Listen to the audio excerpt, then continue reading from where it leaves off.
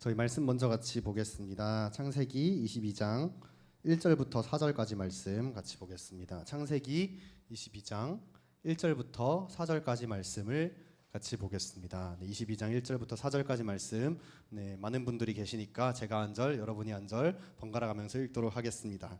그 일 후에 하나님이 아브라함을 시험하시려고 그를 부르시되 아브라함아 하시니 그가 이르되 내가 여기 있나이다.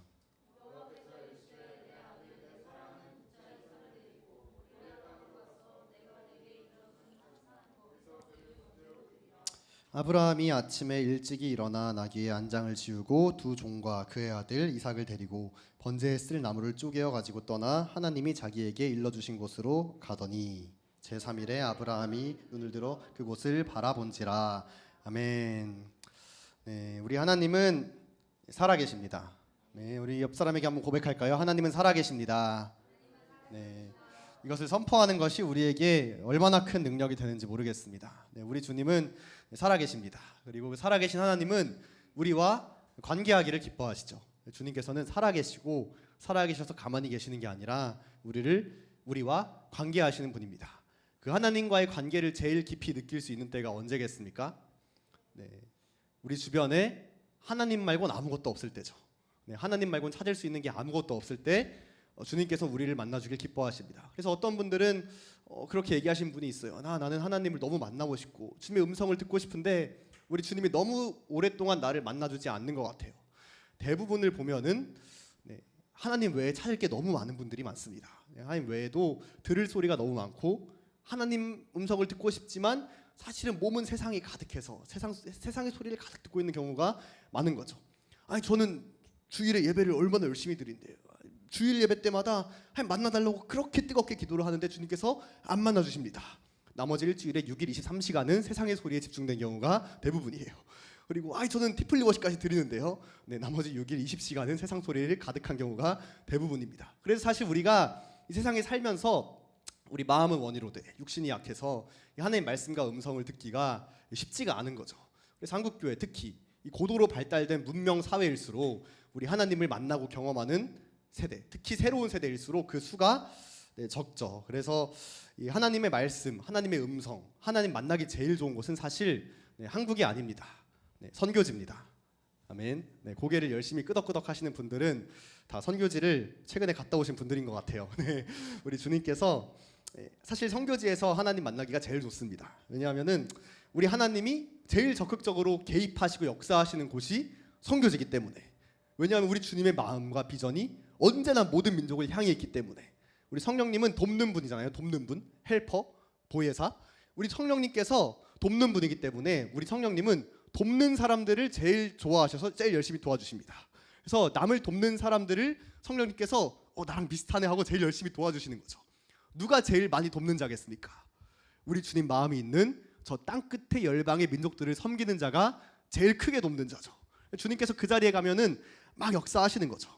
그래서 막 하나님 잘 모르겠습니다, 못 만났습니다 하는 청년들이 선교지만 갔다고 하면은 막 살아나서 돌아옵니다. 그치 안수야? 그 증인들이 많아요 이 자리에는. 그래서 막 저는 하나님 살아계신지 모르겠는데요, 못 만났는데요, 못 믿겠는데요 하는 청년들이 선교지만 갔다 하면은 막 살아나서 돌아오는 거를 너무나도 많이 봤습니다. 제가 최근에 선교지를 갔다 온 지 좀 됐는데 이제 이번 그때 선교지에서 한 자매가 있었어요. 한 자매 청년이 가기 전부터 이제 기도 제목을 나누라 그러면 그렇게 얘기하는 거죠. 저는 일단 선교는 가래서 가는데 제가 하나님을 못 만났습니다. 제가 하나님 못 만나서 제 기도 제목은 제가 하나님을 만나고 오는 겁니다. 이렇게 기도 제목을 내시는 거예요.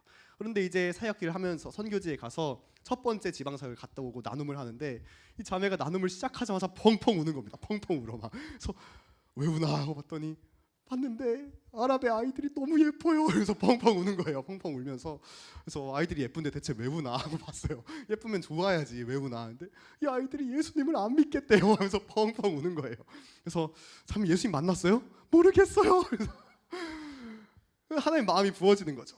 하나님 마음이 있는 영혼들을 섬길 때, 하나님 마음이 있는 아이들을 도울 때 성령님이 그를 도우십니다. 그리고 그가 하나님 만나게 되는 거죠. 결국 며칠 뒤에 기쁘게 만났다고 막 고백하면서 오더라고요.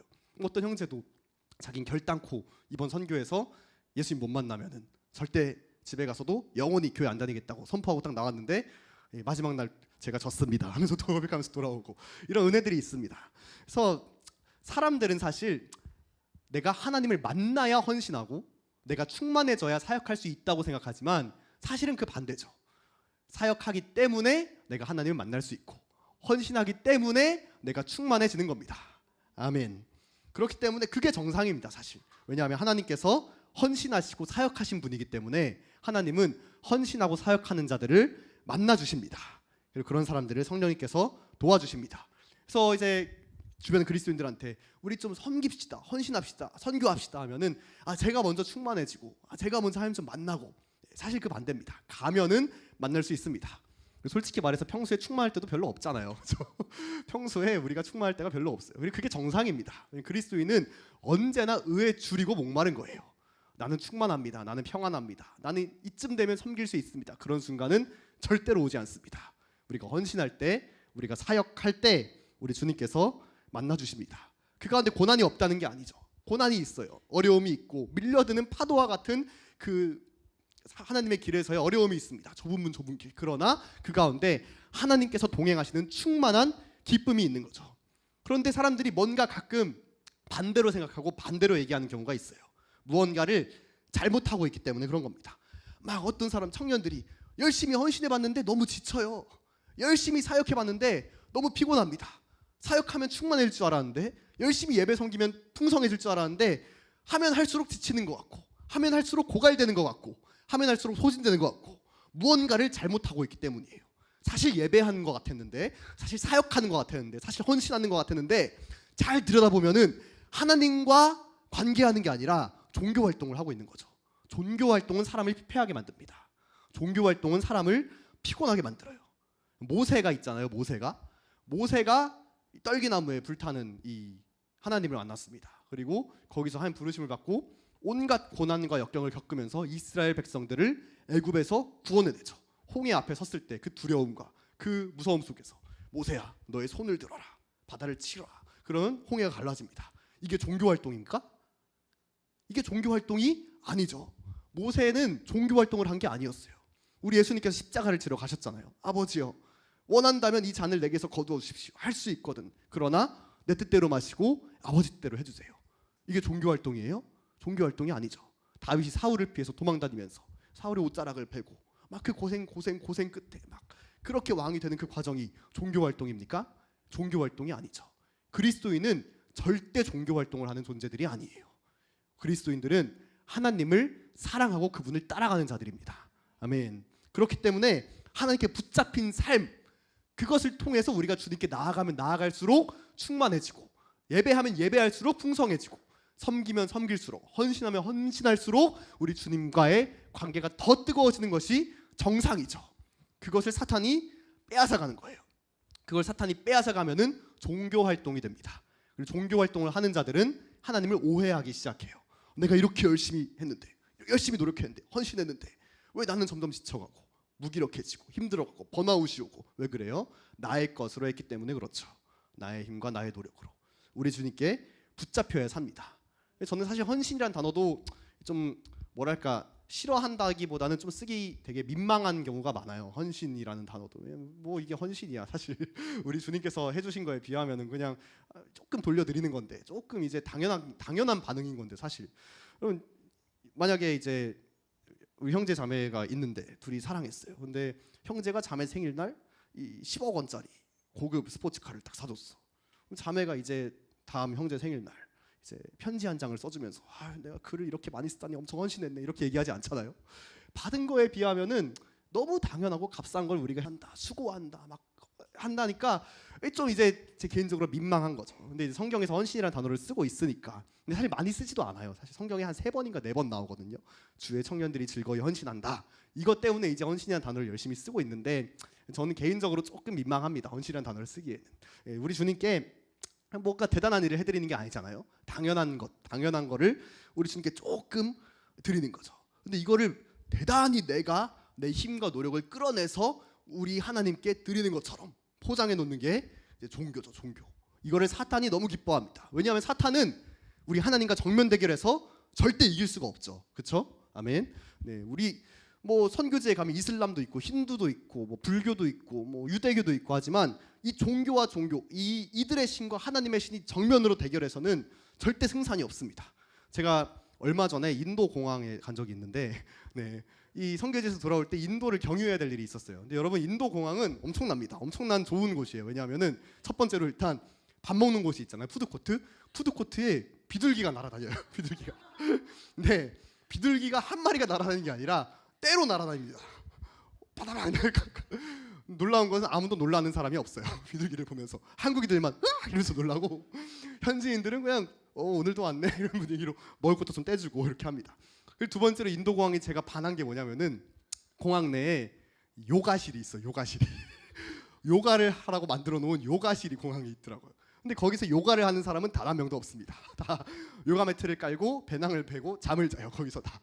그래서 저도 이제 딱 좀 의자들이 다 칸막이가 있으니까 경유를 제가 14시간을 했어야 됐거든요. 얼마 전에. 그래서 이제 경유를 하려고 어디서 할 수 있나를 보다가 요가실이 있는 거예요. 그래서 눈이 주님 감사합니다. 이러고 요가실에 가서 매트를 깔고 눕다가 한 몇 시간 지나서 눈을 딱 떴어요. 근데 옆에 수염을 지글시 기르신 흰 모자를 쓰고 흰 옷을 입으신 어떤 딱 봐도 이제 좀 근엄해 보이시는 분이 저를 이렇게 흐뭇하게 내려다보고 계시더라고요. 그래서 내가 근데 분이 I'm sorry 엄청 자비하고 인자한 미소를 지으시면서 I'm sorry 그래서 무슨 눈 비비고 일어나가지고 앉아서 있는데 그분이 갑자기 가방에서 막 먹을 걸 꺼내주시면서 대추야자 먹을래? 뭐 비스킷 먹을래? 주시는 거예요. 감사합니다 하고 먹었죠.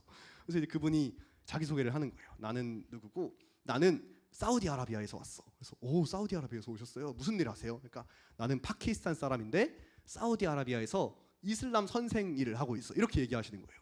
내가 깜짝 놀래가지고 이제 너는 무슨 일을 하니? 그래서 저는 한국에서 왔고요. 저도 이 성경을 가르치는 선생님을 하고 있어요. 이렇게 얘기했어요. 그래서 이제 그분이 눈이 반짝반짝해진 거죠. 그래? 그래서 우리 한번 대화를 좀 해볼까? 넌 이슬람에 대해서 얼마나 아니? 그래서 제가 잘 모르죠. 조금 압니다. 조금. 그래서 너 그럼 이슬람의 제일 중요한 5가지 기둥이 뭔지 알아? 제가 대답했어요. 알죠. 이슬람의 5가지 기둥은 첫 번째 신앙 고백. 알라는 한 분이고 무함마드는 그의 선지자다. 두 번째 하루 5번 기도하는 거. 세 번째 라마단 한 달 동안 금식하는 거. 네 번째 자선 베푸는 거. 5번째 평생 한 번 메카에 성지순례 가는 거예요. 제가 그걸 다 대답해 줬거든요. 그분이 깜짝 놀라시면서 너무 좋아하시는 거예요. 너가 우리 종교를 정말 잘 알고 있구나. 그래서 한번 물으세요. 너 그러면 이슬람교도들이 꼭 지켜야 되는 6가지 믿음에 대해서 아니? 제가 알고 있죠. 알고 있는데 한번 이거 또 안다 그러면 약간 좀 그분과 대화가 이상해질까봐 알려주세요 이렇게 얘기했어요. 그러니까 그분이 막 얘기하는 게 첫째는 하나님 한 분이시라는 걸 믿어야 되고, 둘째는 하나님의 선지자를 믿어야 되고, 셋째는 하나님의 책 구약과 신약과 꾸란을 믿어야 되는데 꾸란이 제일 최신판이니까 꾸란을 믿어야 돼. 그리고 네 번째 너의 모든 일에는 하나님의 사명이 있다는 걸 믿어야 돼. 5번째 마지막 심판 때 예수가 재림한다는 걸 믿어야 돼. 여기까지는 다 똑같아요 우리랑. 그래서 6번째가 뭐냐고 기다리고 있었는데 갑자기 그분이 사우디아라비아에서 율법을 가르치는 이슬람 선생인데 대답을 못하는 거예요. 제가 마음속으로 엄청 기도했거든요. 하나님 제발 복음 전할 틈을 주세요. 근데 5번째 마지막 때 심판이 있고 예수가 재림한다는 걸 믿어야 돼. 그분이 6번째 하더니 5초 동안 아무 말이 없어. 이러시는 거예요. 그래서 기본 중에 기본인데 이슬람에. 그래서 내가 왜 이러지? 약간 이런 분위기로. 그래서 인도공항에서 진짜 웃겼거든요. 앞에 요가하는 그 사람 그림 있고 그 앞에서 저랑 그분이랑 종교대 하고 있는데 1분 넘게 그분이 대답을 못했어. 그래서 이러는 거였어요. 하나님 감사합니다 하고. 그럼 기억 안 나시니까 뭐 하나만 물어볼게요. 무함마드가 최후의 선지자인데 왜 마지막 때 예수가 재림하죠? 예수가 그러면 하나님이 보시기에는 제일 위대한 사람이 아닌가요? 그분이 또 잠깐만 하면서 막 대답을 못 하시는 거예요. 그래서 제가 막 얘기했어요. 선생님, 저는 종교 얘기는 별로 하고 싶지 않습니다. 그런데 저는 제가 예수님 만난 얘기를 좀 하고 싶습니다. 그래서 저는 이제 처음에 교회 모태신앙이 아니니까 저는 예전에 하나님 믿지 않았지만 17살 주님 저를 만나주셨고 사랑한다 말씀해 주셨고 예수님의 십자가가 저한테 엄청 강력한 의미가 되었고 막 하나님과의 저의 관계를 설명했어요. 그분이 하다가 결국 하신 말 맞다 6번째 기억났어. 6번째는 부활을 믿어야 돼 이렇게 얘기하는 거예요. 그래서 아니 선생님 저는 종교 얘기를 하는 게 아니라 하나님과의 제가 어떤 관계인지를 얘기하고 있습니다. 그분이 계속 얘기해요. 너 무슬림의 신앙 고백 알아? 너 우리의 종교 알아? 우리의 권위 알아? 계속 얘기하는 거예요. 그래서 아니 선생님 저는 하나님을 제가 얼마나 사랑하는지를 얘기하고 있습니다. 그러니까 여러분 무슬림을 전도할 때, 이방인을 전도할 때 절대 종교적인 교리 논쟁으로는 승산이 없습니다. 근데 그들이 주목하는 게 있어요. 우리와 하나님과의 관계예요. 우리가 하나님을 얼마나 사랑하는지, 얼마나 우리가 그분을 예배하길 원하는지. 그분이 갑자기 좀 말이 꼬이시더니 갑자기 말을 돌리셔서 한마디를 하셨어요. 내가 파키스탄에서 그리스도인이었다가 무슬림으로 개종한 사람을 한 명 알고 있어. 그 사람이 나한테 지금 교육받고 있거든. 어떻게 알았냐? 그래서 막 설명해요. 그 사람은 어릴 때부터 기독교에서 신이 3명이라고 배웠어. 성부, 성자, 성령. 그런데 성경을 그 사람이 읽다가 하나님은 한 분이시다라는 구절을 발견한 거야. 그 사람이 무슬림으로 개종했어. 이렇게 얘기하더라고요. 제가 그 말 듣고 너무 마음이 아팠어요. 너무 마음이 아팠어요. 그러니까 그 사람은, 그 개종하신 그분은 삼위일체, 신이 셋이라는 어떤 교리적인 내용을 머릿속으로 이해하다가 그게 아니라는 걸 깨달으니까 교리상으로 무슬림으로 개종한 거죠. 자신은 파키스탄에서 누구도 자기 교회 내에서 그렇게 가르치는 분이 없었던 거예요. 우리 중에 삼위일체를 설명할 수 있는 사람은 아무도 없잖아요, 제대로. 네, 뭐 어떤 분은 이제 물이 얼음이 됐다가 물이 됐다 수증기가 됐다 이러니 그건 양태론이 이단이에요. 그리고 어떤 사람은 이제 내가 학교 가면 선생님이고 집에 가면 아빠고 뭐 친구랑 만나면 이름이고 뭐 이렇게 얘기하잖아요. 그것도 이제 같은 사람이 장소에 따라서 역할을 바꾸는 거잖아요. 그것도 이제 옳은 설명이 아니에요. 하나님은 처음부터 세 분이서 따로 존재하셨어요. 그런데 그분이 완벽한 한 분이야. 근데 셋이야. 근데 완벽한 한 분이야. 이거 논리로 설명할 수 있는 사람이 있어요? 아무도 없어요. 근데 우리 다 믿고 있잖아요. 어떻게 믿고 있어요? 하나님 사랑하니까. 그렇죠? 하나님 사랑하니까 믿어지는 거죠. 근데 제가 너무 마음이 아팠던 거는 이제 그분에게 아무도 이제 이것을 하나님이 사랑함으로 믿어지는, 우리가 예수님의 구원을 받아들이고 그분의 십자가를 사랑함으로 모든 성경의 기적과 역사와 그 우리 말로는 설명 안 되지만 그분을 너무 사랑하게 되는 그 하나님과의 관계를 가르쳐 준 적이 없던 거예요. 그분이 의기양양하게 얘기하는 거죠. 그 사람이 그래서 무슬림으로 개종해서 3개월째 내 밑에서 교육받고 있어. 당당하게 얘기하는 거예요. 제가 너무 마음이 아프더라고요. 사탄은 절대 하나님과 정면 대결에선 이길 수가 없습니다. 능력도 그렇고 힘도 그렇고 권세도 그렇고 비교할 수가 없죠. 우리 하나님이랑 어찌감히. 그래서 사탄이 할 수 있는 최고의 전략은 우리의 믿음의 수준을, 우리의 헌신의 수준을 사탄이 할 수 있는 수준까지 떨어뜨리는 거예요. 최고는 뭐냐? 나는 엄청 하나님 사랑하는 것 같아. 예배하는 것 같고 헌신하는 것 같은데 사실 내가 하고 있는 행동을 보면은 사탄이 하고 있는 거랑 똑같은 수준으로 하고 있는 거죠. 나는 하나님 예배하는 것 같아요. 사실 나는 종교인이었어. 사실 나는 하나님 사랑하는 것 같아요. 까보면 다 종교적인 행위들. 내가 노력하고 내가 헌신하고 내가 잘하고 내가 성공하고 내 감동, 내 은혜, 내 믿음, 내 능력, 내 소망, 다 모든 시선이 자기를 향하게 만드는 거죠. 그래서 예수님을 예배한다 하지만, 하나님 예배한다 하지만 사실은 다 나를 위해서 예배하면서 좋은 예배자라고 착각하고 사는 게 사탄이 교회를 무너뜨릴 수 있는 최고의 전략인 거죠. 여러분, 우리 교회 가운데서 그런 사람들 보이시나요? 그래서 교회들이 예수님 이름으로 나쁜 짓도 많이 했어요. 역사상 뭐 유대인들에게도 그렇고 무슬림에게도 그렇고 십자군 전쟁 이런 거 있잖아요. 하나님의 영광을 위해서, 사실은 들여다보면 다 자기 부유함을 위해서였어요. 하나님의 영광을 위해서, 사실 들여다보면은 다 자기 권력을 위해서고, 우리 중에서도 예배하면서도 절대 다른 사람을 위해 살지 않는 사람들, 예배하면서도 절대 하나님 나라를 위해서는 자기 삶을 드리지 않는 사람들, 예배하는데 지극히 이기적인 사람들 있잖아요. 막 예배할 때는 눈물 펑펑 쏟으면서 막 하나님 진짜 사랑합니다, 날 구원해 주시다네 하면서, 그러면 우리 이제 주님 마음이 있는 곳으로 헌신합시다 하면은 언제 그랬냐는 듯이 그거는 이제 모르겠습니다 이렇게 나오는 분들, 예배하지만 사랑하지만 또 감동이 있지만 내 시간, 내 재정, 내 삶을 헌신해 드려야 될 때가 되면은 지극히 계산적이고 이기적으로 바뀌는 거죠. 왜냐하면 그 사람들이 하나님을 사랑한 게 아니었거든. 내가 사랑받기 위해서, 내가 성공하기 위해서 사실은 하나님을 예배하는 감동과 기쁨을 이용한 거죠. 이것이 종교의 본질이에요. 종교는 절대로 무슬림들은 알라를 예배하는 게 아닙니다. 알라를 사랑하는 게 아니라 그걸 계명을 잘 지켜서 천국 가게 될 자기 자신을 사랑하는 거예요. 유대인들도 마찬가지고 불교도 마찬가지고, 불교는 뭐 대놓고죠. 자기 자신을 갈고 닦아서 수양함으로 자신이 해탈에 이르잖아요. 그래서 저도 부처님 믿는 분들이랑 많이 대화해봤는데 결국 본질은 지독한 이기주의가 있어요. 지독한 자기사랑, 끔찍합니다 아주. 그러니까 모든 종교의 핵심의 핵심은 결국 자기가 성공받고 인정받고 자기가 구원받는 거예요. 그래서 그 사람들은 예배와 감격이 있는 자리는 끝까지 찾아다니지만 절대 자기의 시간과 재물과 노력과 삶을 헌신해 드릴 자리는 절대 헌신하지 않아요. 그리고 절대 다른 사람을 위해서 울지 않습니다. 누가 슬피 울어도 울지 않고 누가 피리를 불어도 웃지 않는 그 세대. 그 세대가 이 마지막 시대, 자기를 사랑하는 세대 가운데 너무 많이 퍼져 있어요. 그러면 주님께서는 이 종교인들이 아니라 살아있는 하나님을 만나고 관계하는 사람들을 쓰시는데, 그런 사람들이 어떤 사람들입니까? 살아계신 하나님을 만나는 자들이죠.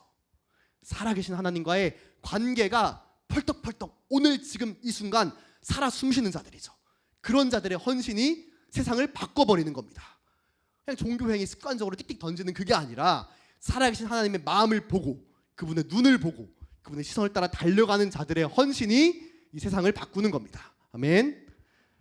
네, 오늘 본문에서 본 헌신이 그런 헌신이죠. 인류 역사상 제일 위대한 헌신은 예수님의 십자가지만 아마 그 다음에 헌신을 짜면은 많은 분들이 아브라함이 이삭을 바친 사건을 꼽으실 거예요. 네, 그만큼 이 헌신이 이제 아브라함이 되게 할 수 있는 위대한 헌신이죠. 근데 이 헌신의 시작을 보니까 22장 1절에 그 일 후에 하나님이 아브라함을 시험하시려고 그를 부르시되 아브라함아 하시니 그가 이르되 내가 여기 있나이다. 아멘. 그 헌신의 시작이 뭐예요? 하나님께서 아브라함을 부르세요. 아브라함이 즉각 대답하죠. 주님, 제가 여기 있습니다.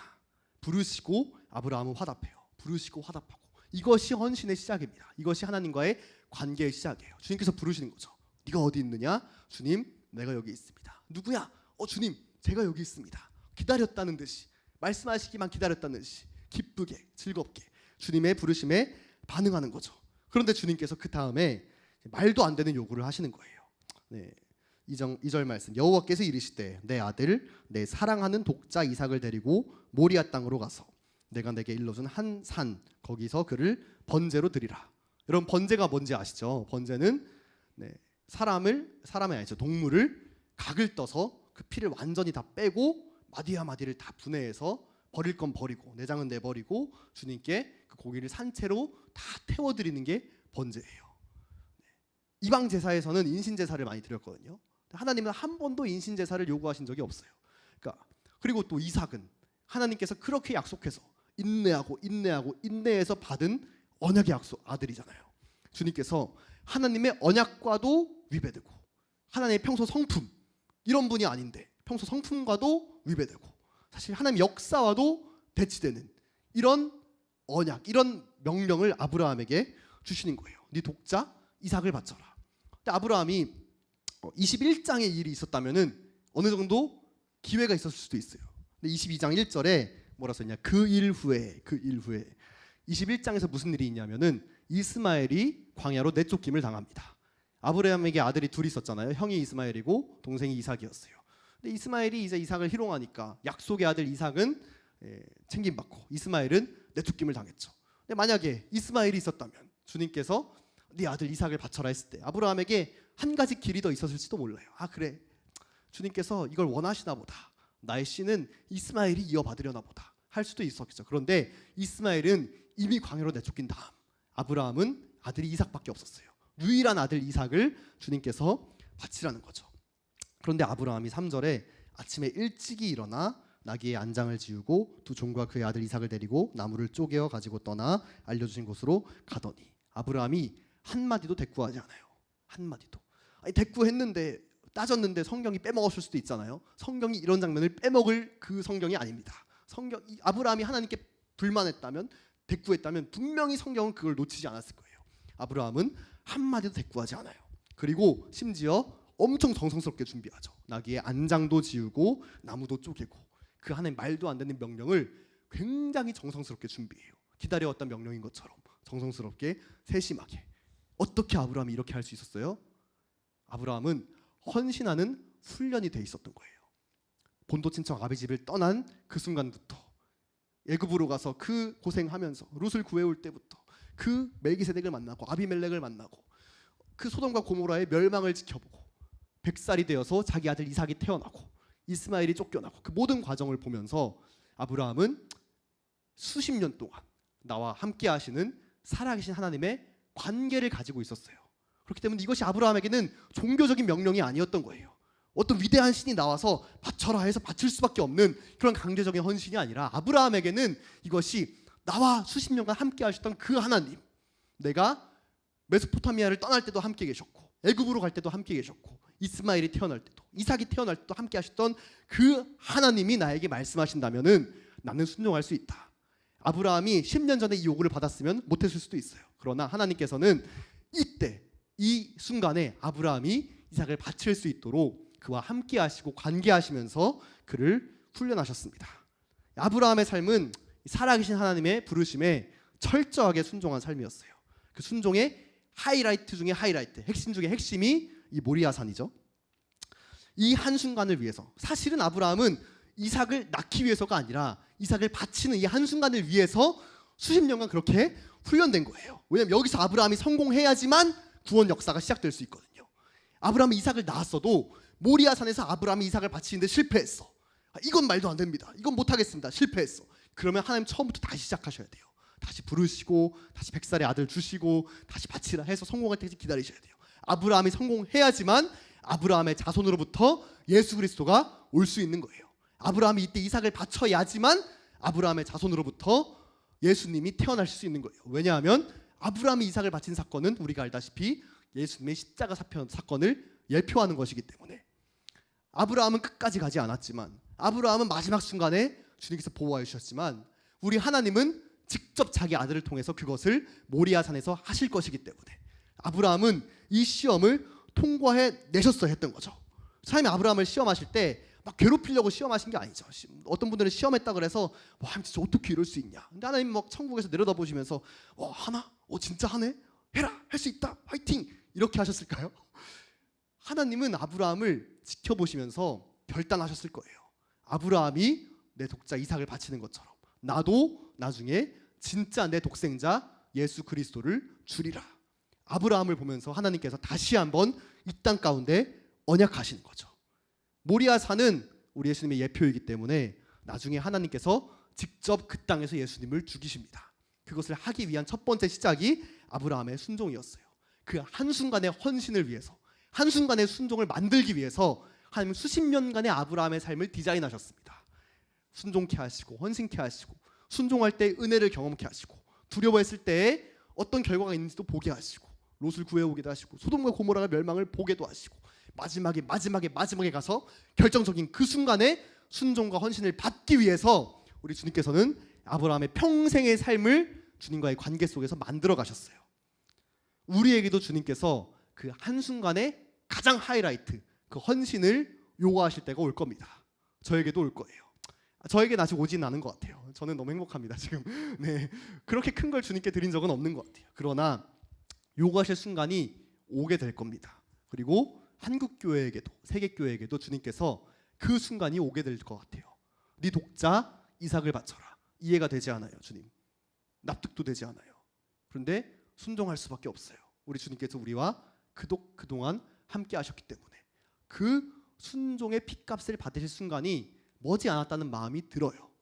최근에 선교지를 갔을 때 이제 엄청난 부흥이 있었어요. 선교지 가운데 정말 이전에 보지 못한 깜짝 놀랄 정도의 부흥이 있었습니다. 그와 동시에 유대인들을 섬기다 왔는데 유대인들 가운데 극심한 종교인들, 하레디들 그들의 마음이 더욱더 이전보다 극심하게 격동하는 것을 저희가 보고 있어요.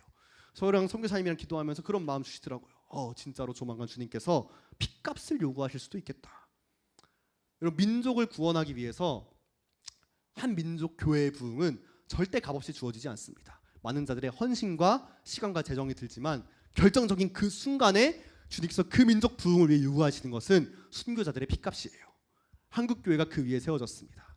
그리고 한국교회도 순교자들을 이제 배출하고 있죠. 아프가니스탄에서, 터키에서. 주님께서 그 민족의 위대한 부흥을 부으시기 전에 반드시 순교자들의 핏값을 요구하십니다. 왜냐하면 생명은 생명으로만 구할 수 있기 때문에. 우리 주님께서 우리를 살리기 위해서 생명을 주셨던 것처럼 민족의 부흥을 위해서, 다른 민족의 교회의 부흥을 위해서 어떤 민족의 교회는 피를 흘려줘야 되는 거예요. 피는 핏값으로. 그렇기 때문에 주님께서 마지막 유대 민족의 부흥을 위해서 어쩌면 이 민족을 섬기는 교회들에게 순교의 핏값을 요구하실 수도 있겠다라는 마음을 주셨어요. 혹은 그와 동등한 수위의 어떤 헌신을 요구하실 수도 있겠죠. 아브라함이 이삭을 바치는 그 순간처럼 그때 그 헌신과 그 순간을 위해서 끝없이 주님과의 관계 속에서 훈련되고 순종하고 성장하는 그러한 미래 세대가 필요합니다. 그 마지막 부흥을 위해서. 그때 주님께서 무언가를 달라 하실 때 기꺼이 드리는 자들의 헌신을 주님께서 받으셔서 열방 가운데 쏟으실 거예요. 기꺼이 드리는 자들의 순종을 받으셔서 예루살렘에 쏟으실 겁니다. 기꺼이 드리는 자들의 순종을 통하여서 민족교회 가운데 쏟으실 때 물이 바다를 덮은 같이 모든 민족 가운데 충만한 우리 주님의 영광이 임하고 모든 민족이 마라나타 주의 영광을 위해서 준비될 줄 믿습니다. 그 아브라함의 헌신을 위해서 주님께서 아브라함의 모든 인생을 디자인하셔서 순종케 하시고 훈련케 하시고 나아가게 하셨어요. 우리 미래 세대 가운데 이런 순종의 훈련이 있기를 원합니다. 헌신의 훈련이 있기를 원합니다. 한순간 한순간 주님께서 그 결정적인 하이라이트 순종의 순간까지 만들어 가시기 위하여서 세워지고 훈련되는 우리 청년들과 청소년들이 되기를 원합니다.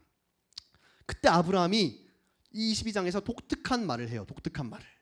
4절 말씀 자 이렇게 보겠습니다. 4절 말씀. 제3일에 아브라함이 눈을 들어 그곳을 멀리 바라본지라. 아브라함이 눈을 들어서 모리아 산을 제3일에 멀리 바라봤습니다. 8절 말씀에 아브라함이 이르되 내 아들아 번제할 어린 양은 하나님께서 자신을 위하여 친히 준비하시리라. 13절 말씀에 아브라함이 눈을 들어 살펴본즉 4절 말씀에 눈을 들어 바라본지라. 8절 말씀에 준비하시리라. 13절에 눈을 들어 살펴본지라. 이 세 가지가 한국어 성경에는 다 다른 단어로 써 있어요. 다 다른 단어로. 히브리어 성경에는 이 세 가지가 딱 한 가지 단어로 써 있습니다. 무슨 단어냐면 이레라는 단어예요. 이레. 이레. 눈을 들어 아브라함이 모리아 산 살펴볼 때 이레. 그 대속할 어린 양은 그 제물은 하나님이 준비하시리라. 이것도 히브리어로는 이레라는 단어를 썼어요. 그리고 마지막에 아브라함이 눈을 들어 살펴본즉 이삭을 대신한 순양이 있었죠. 그때도 히브리어로는 이레라는 단어를 썼어요. 이레의 원뜻이 뭐냐? 보다라는 뜻이에요. 보다. see, to see. 그러니까 아브라함이 마지막에 말하죠. 14절 말씀에 아브라함이 그 땅 이름을 여호와 이레라 하였으므로 오늘날까지 사람들이 이르기를 여호와의 산에서 준비되더라. 여호와 이레의 원래 뜻은 하나님께서 볼 것이다 그 뜻입니다. 하나님께서 볼 것이다. 다른 말로 하면 하나님의 비전이죠. 여호와 이레는 하나님의 비전이란 뜻이에요. 아직 아브라함의 눈앞에 있는 건 하나도 없어요. 모리아 산은 3일 길 걸어서 이제 저 멀리 보이고 있고 이삭이 물어봐요. 아버지 준비할 제물은 어디 있습니까? 아브라함은 몰라요. 아브라함 지금 눈에는 그 제물은 이삭밖에 안 보여요. 이삭이 죽어야만 할 수 있어요. 그런데 아브라함이 대답하는 거예요. 보이지는 않지만 우리 주님께서 그 제물은 하나님께서 친히 준비하시리라. 하나님이 보여줄 것이다. 그 제물은 하나님의 비전이 있다. 이삭을 대신해서 죽은 그 순양이 누굽니까? 우리 예수님이죠. 우리 예수님의 비전을 본 거예요. 또 아브라함이 얘기하죠. 눈을 들어 바라본즉 그 순양이 있더라. 아브라함은 눈에 보이지 않는 것을 믿음으로 바라보고 그 길을 걸은 사람입니다. 하나님의 비전이죠. 무엇과 같아요? 청년들과 같죠. 마지막 때 주님께서 말세에 모든 육체에게 주의 영을 부어주십니다. 아멘.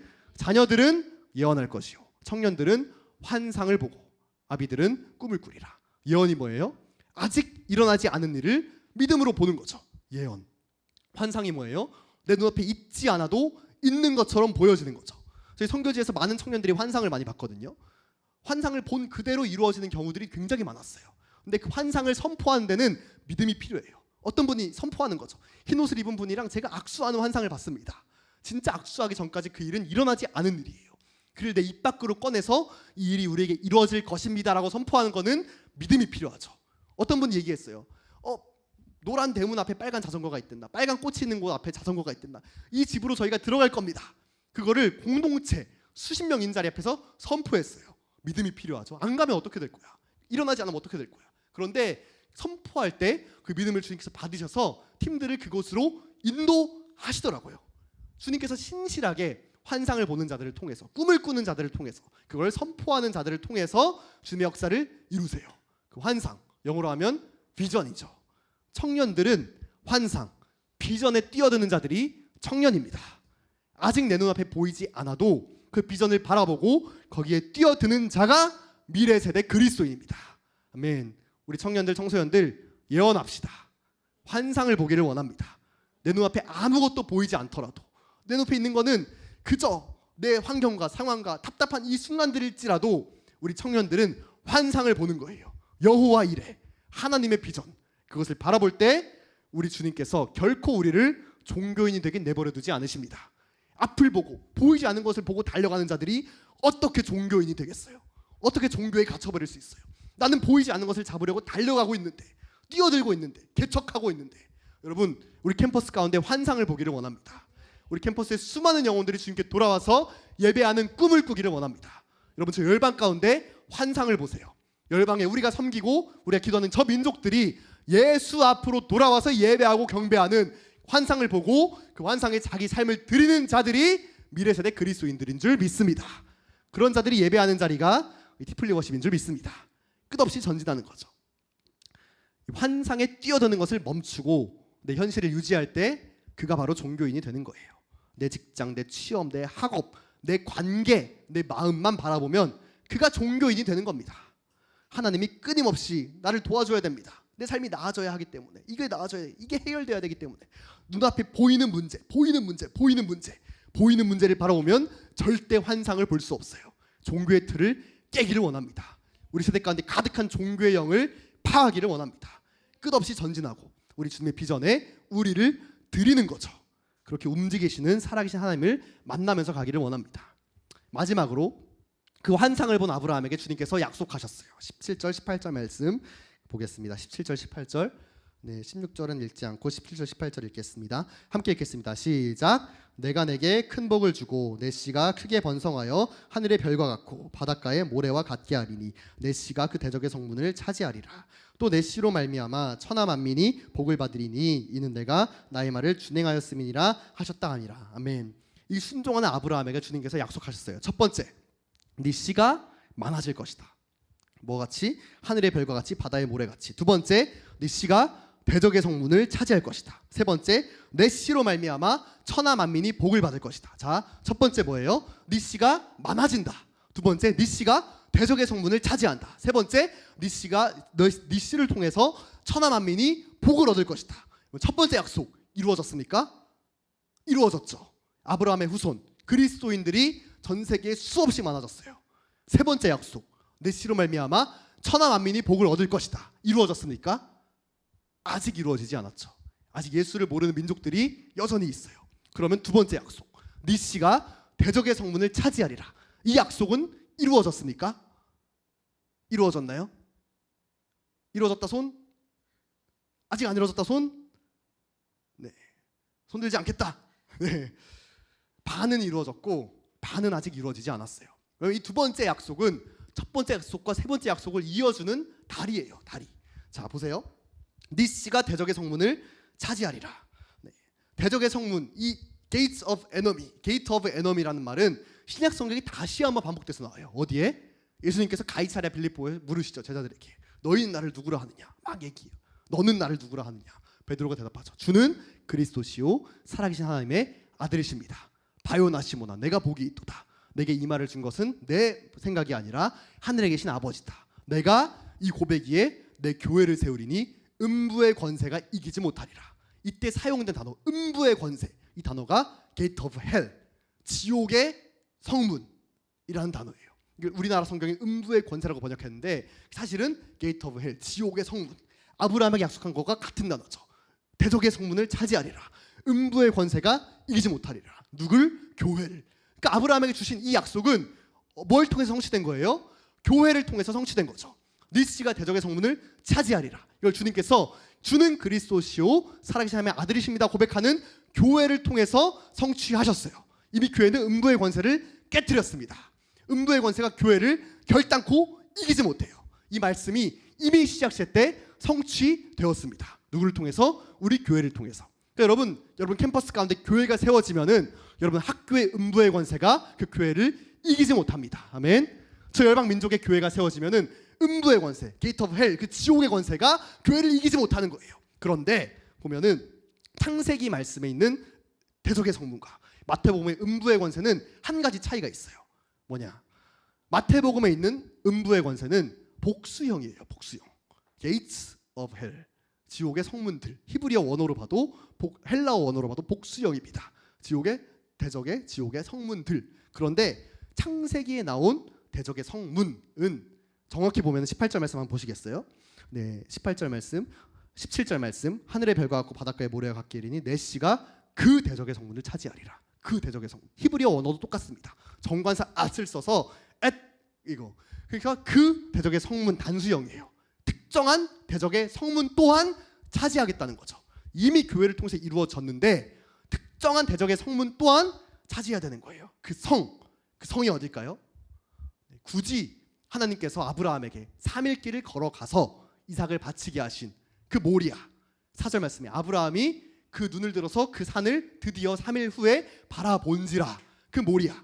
예수님께서 죽으셨고 부활하셨고 승천하셨고 다시 오실 그 땅 예루살렘이죠. 예루살렘. 그 대적의 성문. 그 땅이 차지되어야 하는 거예요. 그런데 이 예루살렘은 단순하게 그럼 지정학적으로 예루살렘 도시의 부흥이 오면 되냐? 그게 아니죠. 예루살렘은 단순히 지정학적인 의미가 아닙니다. 성경의 예언을 볼 때 어떤 지역과 지물들이 나오지만 단순하게 그럼 지정학적으로 그 도시가 나오니까 된다. 그게 아니에요. 어떤 사람, 이 중국 교회 섬기는 분들은 많이 이사야 예언 가지고 어떤 사람들은 신임 땅에서 오리라 해서 신임 땅 중국에서 예루살렘으로 선교팀이 가면 예언이 성취된다. 그게 아니에요. 그러니까 그 지정학적인 해석과 어떤 지금 2000년 뒤에 있는 신약 시대 때 그걸 고지고대로 해석하는 것은 굉장히 위험합니다. 그러나 성경에서 말한 예루살렘은 영적 예루살렘이죠. 영적 예루살렘은 뭐예요? 모든 민족이에요. 그리고 이것이 실제 지금의 예루살렘과도 연결되어 있죠. 왜냐하면 예루살렘은 모든 민족 교회가 함께 기도하라는 명령을 받은 땅이니까. 하나님을 사랑하는 교회들은 예루살렘을 위하여 평안을 구하라. 예루살렘을 사랑하는 자는 형통하리로다. 모든 하나님의 교회는 예루살렘을 위해서 기도합니다. 다른 말로 하면 예루살렘에 평안이 오고 있다. 무슨 말이에요? 세계 교회들이 깨어나고 있다는 뜻이죠. 그러니까 예루살렘이 차지된다 이 뜻은 뭐냐면은 모든 민족의 교회들 가운데 부흥이 오고 있다와 같은 말이에요. 니시가 그 대적의 성문 예루살렘을 차지하리라. 단순히 예루살렘 도시뿐만 아니라 모든 민족 교회 가운데 부흥이 임해서 마지막 그 관문 도시 예루살렘을 향해서 전진한다는 의미입니다. 이 예언은 이제 성취되고 있는 겁니다. 이제 그 마지막 예언이 성취되고 있는 거예요. 가장 견고하고 기경되기 어려운 땅 예루살렘에 부흥이 오고 있습니다. 정말 부흥이 오고 있어요. 제가 예루살렘을 10년 전부터 갔지만 많이 가보진 않았지만 정말 최근에 가서 깜짝 놀랐습니다. 놀랄 정도로 그 땅 가운데 부흥이 임하고 있어요. 예루살렘에 사는 아랍인들이 돌아옵니다. 여러분 예루살렘에는 유대인들만 사는 게 아니에요. 아랍인들이 살고 있어요. 아랍인들이 내가 이 신앙 고백을 하면은 난 무슬림에서 기독교로 변하는 거냐라고 물으면서까지 진지하게 예수를 영접하고 돌아오고 그것을 인정하기 시작했어요. 그리고 유대인들 가운데도 이사야 53장 그 말씀을 고백하고 읽으면서 예수께 돌아오는 무리들이 일어나고 있습니다. 이것은 단순히 때가 차고 때가 이르렀기 때문에 그렇게 된 것이 아니에요. 또 많은 사람들이 열심히 하고 기도하고 섬겼기 때문에 그렇게 된 것만도 아닙니다. 전 세계 다민족의 교회들이 함께 하나님의 비전에 동참해서 환상 가운데 뛰어들기 시작한 거예요. 그래서 예루살렘을 섬기는 팀들이 대부분 다민족 팀들이에요. 지금 한 민족의 교회가 한 번에 가서 섬기는 게 아니라 한국 교회, 미국 교회, 남미 교회, 중동 교회, 아프리카 교회가 함께 연합해서 예루살렘을 섬기고 있어요. 무슨 말이에요? 남미 교회, 유럽 교회, 미국 교회, 한국 교회, 아프리카 교회 가운데 동시다발적인 부흥이 임박했습니다. 주님께서 말씀하셨어요. 물이 바다를 덮음 같이 여호와의 영광을 인정하는 것이 온 땅에 가득하리라. 그걸 섬기는 모든 다민족의 교회들이 함께 연합해서 이 대적의 성문 예루살렘을 정복할 때가 다가오고 있습니다. 예루살렘에 붙여진 최초의 히브리 이름은 여호와 이레예요. 모리아 산을 아브라함이 여호와 이레라고 바꿔 불렀죠. 예루살렘은 원래 여부스 족속들 이방인들이 붙여서 만든 이름입니다. 예루살렘. 본래 히브리어 예루살렘의 본명은 여호와 이레예요. 하나님의 비전. 하나님의 비전 예루살렘을 향한 환상을 보는 자들, 헌신된 자들이 예루살렘으로 모여들게 될 겁니다. 그리고 마지막 미래 세대도 동시에 모든 민족을 깨워서 마지막 그 땅을 향해서 전진하게 하는 사명을 감당하게 될 줄 믿습니다. 예루살렘은 강력한 종교주의를 상징하는 도시예요. 이슬람의 성지, 기독교의 성지, 유대교의 성지, 세계 3대 가장 강력한 영향을 가진 종교들의 성지. 그렇기 때문에 예루살렘은 종교인들이 절대 정복하지 못합니다. 종교에 매몰된 자들은 절대 그 땅을 정복할 수 없어요. 즐거이 헌신하는 자들, 하나님 앞에서 철저한 그 관계 속에서 훈련되어서 그 결정적인 그 순간에 이삭을 바치는 헌신을 드리는 자들, 그 헌신자들이 예루살렘을 정복하게 될 줄 믿습니다. 단순히 지정학적인 그 도시 예루살렘뿐만 아니라 모든 민족, 우리 주님의 마음은 처음부터 모든 민족이었어요. 예루살렘이 그 시간표죠. 그때가 차고 있습니다. 정말 차고 있습니다. 이때에 우리 미래 세대들, 정말 환상을 보는 세대가 일어나야 될 줄 믿습니다. 여호와 이레, 우리 주의 비전을 보는 세대, 그 주의 날이 멀지 않았습니다. 우리 성도들 가운데 있는 종교의 영들 다 끊어버리기를 원합니다. 우리 주님을 사랑한다 하면서도 사실은 나의 성공, 나의 잘됨, 나의 눈앞에 보이는 것들을 위해서 헌신하고 살아가는 그 청년들의 강력한 종교의 영들이 예수의 이름으로 다 파여지기를 원합니다. 마지막 주의 부흥의 때가 임박했습니다. 우리 주님 살아계십니다. 살아서 꿈을 꾸시고 그 꿈을 위해서 우리에게 개입하시고 말씀하고 계십니다. 우리 모든 미래 세대들 그 하나님의 얼굴을 보면서 생명대에 달려가는 마지막 교회들로 일어나기를 축복합니다. 우리 함께 좀 기도했으면 좋겠습니다.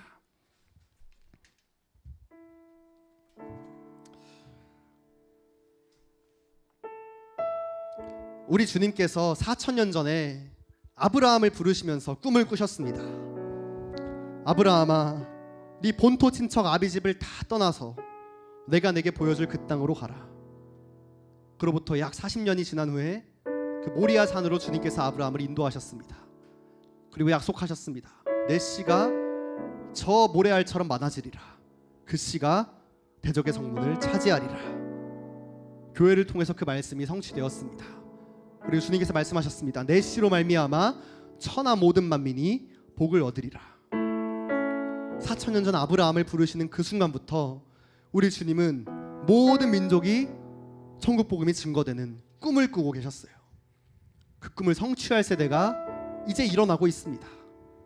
저 마지막 관문 도시 예루살렘을 향하여 모든 민족 땅끝까지 천국 복음을 증거할 마지막 미래 세대가 일어나고 있습니다. 그 마지막 세대는 결코 종교로서 모든 민족을 정복할 수 없습니다. 종교적인 행위와 습관과 언어와 태도와 말들, 신실해 보이고 경건해 보이지만 그 모양은 있으나 능력은 없는 그것들로는 결코 이 마지막 부흥을 감당할 수 없습니다. 이 마지막 때 정말 하나님을 사랑하는 세대가 필요합니다. 나를 위해 십자가를 지신 예수님, 그 예수님의 얼굴을 바라보는 세대, 눈을 바라보며 그 예수님의 길을 달려가기를 기뻐하며 즐거이 헌신하는 새벽일세 같은 세대들이 필요합니다. 주님, 그런 세대를 일으켜 주십시오. 함께 기도할 때 주님, 우리 사랑하는 청년들, 청소년들 즐거이 헌신하는 세대로 일어나기를 원합니다. 우리 안에 있는 모든 종교의 영들이 다 파여지게 하여 주십시오. 하나님을 사랑하는 듯 했지만 사실 나를 예배했던 모든 종교주의와 이기주의와 세속주의와 모든 악한 것들은 다 끊어지게 하여 주시고 우리 예수 그리스도를 순전하게 사랑하는 거룩하고 깨끗한 세대가 우리 세대 가운데 일어나게 하여 주시옵소서. 일어나게 하여 주시옵소서. 종교의 영은 떠나갈지어다. 모든 악한 것들은 파여질지어다. 모든 예수를 사랑하는 것을 방해하는 음부의 권세는 예수의 이름으로 깨어질지어다. 함께 기도하겠습니다. 주여, 주여 아버지 기도합니다. 간구합니다. 예수의 이름을 가로막는 모든 종교의 영들은 파여지게 하여 주옵소서. 깨어지게 하여 주옵소서. 무너지게 하여 주시옵소서. 주여, 주여 아버지 하나님이시여 하나님, 아버지여 모든 종교의 영 파여지게 하여 주십시오. 나를 사랑하게 만드는 모든 세속주의 영들을, 모든 종교의 영들아, 악한 것들아 다 끊어지게 하여 주시고 예수를 사랑하는 거룩한 성읍으로 일어나게 하여 주옵소서. 일어나게 하여 주옵소서. 일어나게 하여 주옵소서. 하나님이시여 하나님이시여 하나님이시여 하나님이시여 예배하는 세대가 일어나게 하여 주옵소서. 헌신해주는 선교해주는 순교의 세대가 일어나게 하여 주옵소서.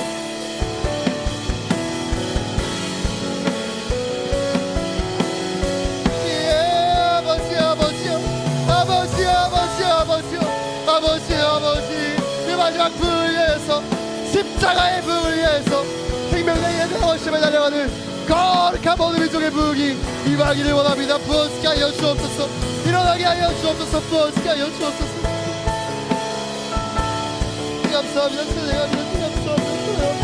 그런 성인들이 일어나기를 원합니다. 부어지게 하여 주옵소서. 감사합니다.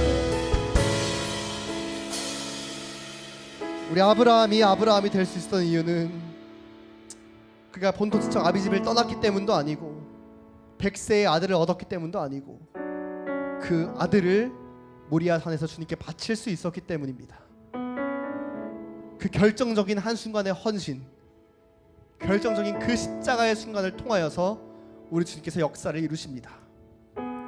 적그리스도는 단 하나밖에 예수님과 다르지 않습니다.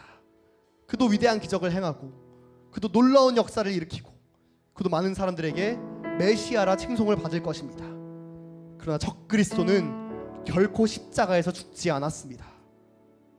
오직 십자가에서 죽으신 그분만이 우리 왕, 우리 예수님입니다. 주님, 우리 청년들에게도 그 결정적인 헌신의 순간을 주십시오. 우리 한국교회 청년들이 살 수 있다면 저 모든 민족들, 이스라엘과 팔레스타인과 레바논과 시리아와 모로코와 터키와 아프가니스탄과 태국과 저 세계의 교회들이 살 수 있다면 우리 세대 가운데 그 결정적인 십자가의 헌신의 순간을 주십시오. 주님, 무엇을 요구하십니까? 우리가 그것을 드릴 수 있는 그 순간까지 우리가 훈련되기를 원합니다.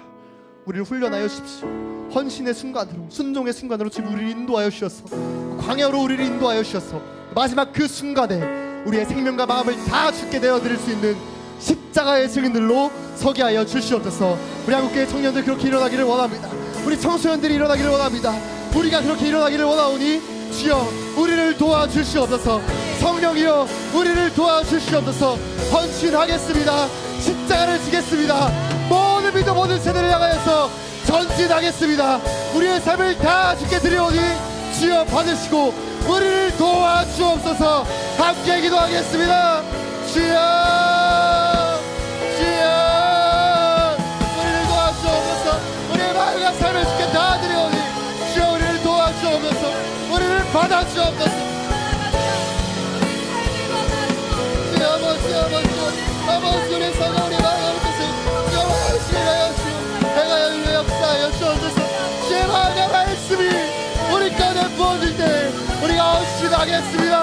우리가 헌신하겠습니다. 십자가를 함께 지겠습니다. 주여 세워주옵소서. 주여 아버지 일어나게 하여 주옵소서. 아버지 일어나게 하여 주옵소서. 일어나게 하여 주옵소서. 모든 존경한 시대들 떠나게 하여 주옵소서. 주여 우리 마음을 볼 수 있는, 우리 제 역사를 볼 수 있는 영광을 향해서 달려가게 하여 주옵소서. 주여, 주여, 주여 아버지, 아버지 하나님이시여 일어나기를 원합니다. 우리 세대 가운데 헌신의 영을 부어주옵소서. 순교의 영, 십자가의 영광을 충만하게 부어주시옵소서. 주여, 주여 아버지 하나님이시여 너무 감사합니다. 찬양합니다.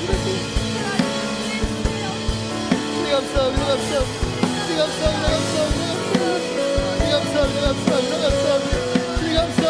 감사합니다. 감사합니다. 감사합니다. 감사합니다. 감사합니다.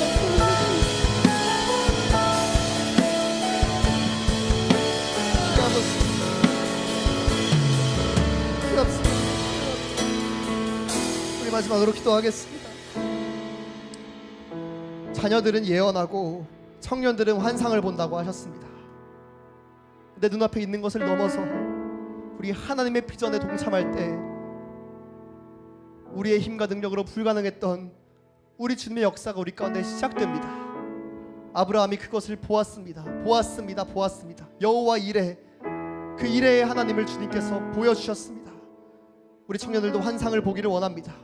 나의 생활과 나의 관계와 나의 연민과 나의 환경과 나의 것을 바라보는 모든 시선은 끊어지게 하여 주옵소서. 우리 청년들 환상을 보기를 원합니다.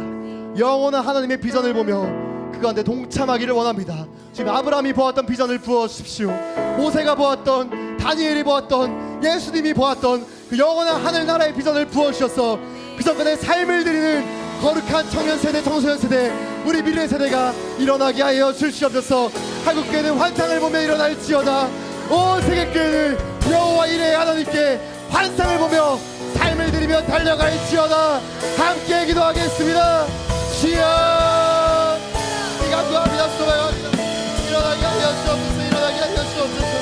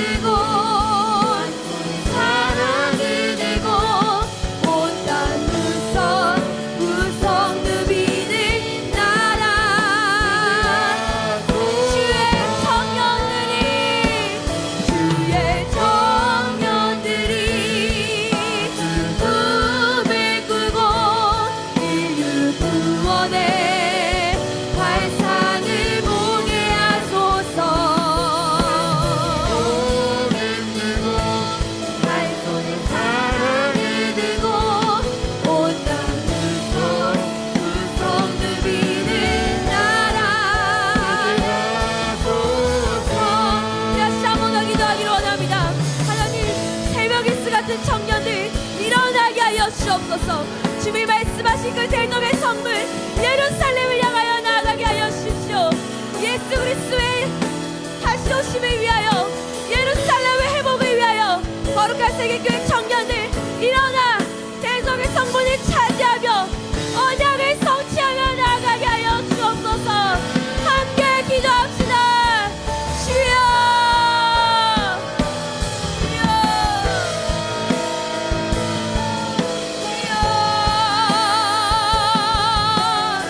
주여, 대접의 성문 예루살렘을 향하여 세계교회 청년들 일어나게 하여 주옵소서.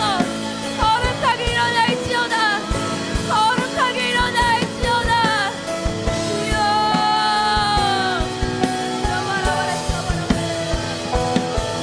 이름 부어주십시오. 제목이 쓰라진 청년들 예루살렘을 향하여, 예루살렘을 향하여 복음 되고 사랑 되고 달려나가게 하여 주십시오. 주여, 주여, 주님 기대합니다. 소망합니다. 예수 그리스도의 믿음을 품고 나아가는 청년들 일어나게 하여 주옵소서. 주여, 주여, 기름 부어 주옵소서. 주의 청년들이 예수의 꿈을 꾸고 인류 구원의 환상을 보게 하소서. 갈 손에 복음 들고 갈 손에 사랑을 들고 온 땅 무성 누비는 나라 되게 하소서. 주의 청년들이 예수의 꿈을 꾸고 인류 구원의 환상을 보게 하소서. 갈 손에 복음 들고 온 땅 무성 누비는 나라. 주의 청년들이 예수의 꿈을 꾸고 인류 구원의 환상을 보게 하소서. 갈 손에 사랑을 들고 온 땅 무성 누비는 나라. 한 손에 복음 들고 한 손에 복음 들고 한 손에 사랑을 들고 온 땅 무성 누비는 나라 되게 하소서. 한 손에 복음 들고 한 손에 복음 들고 사랑을 들고 온 땅 무성 누비는 나라.